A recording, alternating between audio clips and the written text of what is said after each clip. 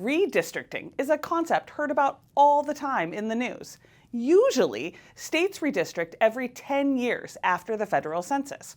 However, at times, states seek to redraw their maps mid-decade.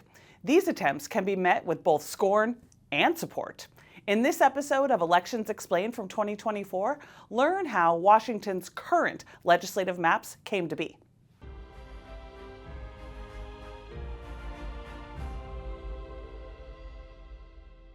Do you know who your state senators and your state representatives are?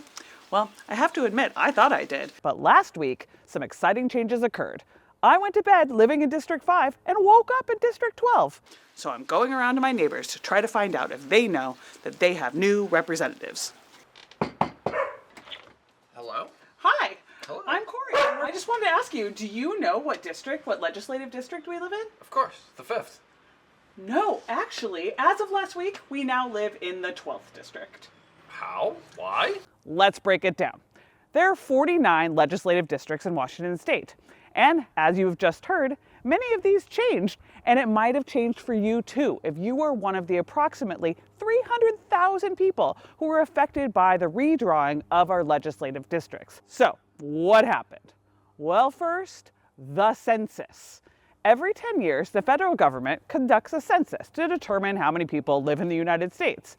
This information is used for a variety of purposes, but for this video, the state uses the data to redraw the legislative districts so that each of our 49 districts have about 157,000 people in them. And most importantly, are representatives of the community members who live there. So these maps are drawn by a bipartisan group, 2 Democrats and 2 Republicans, to avoid issues of gerrymandering, which is when districts are drawn to benefit one party over the other, and this is illegal.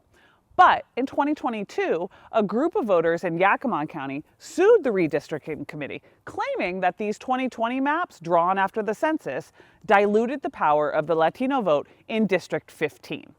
When district maps are redrawn, they not only have to have about the same number of people in each district, they also need to comply with the Federal Voting Rights Act, passed in 1965 during the Civil Rights era, ensuring that minorities have an equal opportunity to elect representatives of their choice. So when they sued, the courts agreed with that challenge and a new map was drawn. This new map adopted will now be called Remedial Map 3B. I don't know why. But the controversy did not end there. Remedial Map 3B was also challenged in court, but those challengers did not win. So in 2023, the Map 3B was now the official district map. But wait, there's more. The challengers wanted the U.S. Supreme Court to intervene, but last week they declined to hear the case. So Map 3B is here to stay. Now, I live here in Snoqualmie, hundreds of miles away from Yakima. So why did my district change?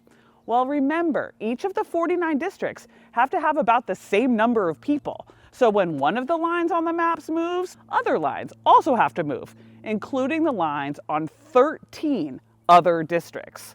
So if you live on the east side of the state, or on the east side of King, Pierce, Snohomish, or Lewis counties, don't be surprised when you get your primary ballot in July if you're in a new district. And just know that new lines are drawn every 10 years to be the best representative of the population in your community so that your voice can be heard in Olympia.